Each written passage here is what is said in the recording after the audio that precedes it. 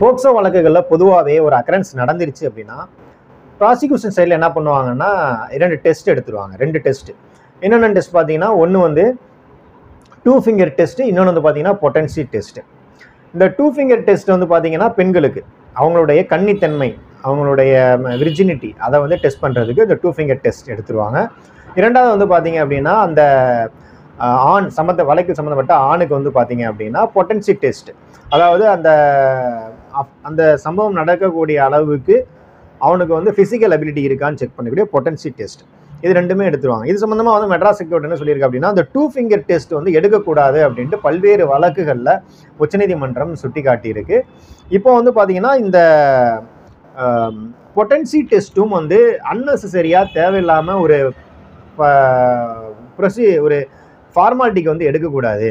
Unless அந்த accused takes the defence, accused வந்து பார்த்தீங்க அப்படின்னா ஒரு டிஃபென்ஸ் எடுக்கிறான் அப்படின்னா மட்டும்தான் இந்த பொட்டன்சி டெஸ்ட் எடுக்கணும்.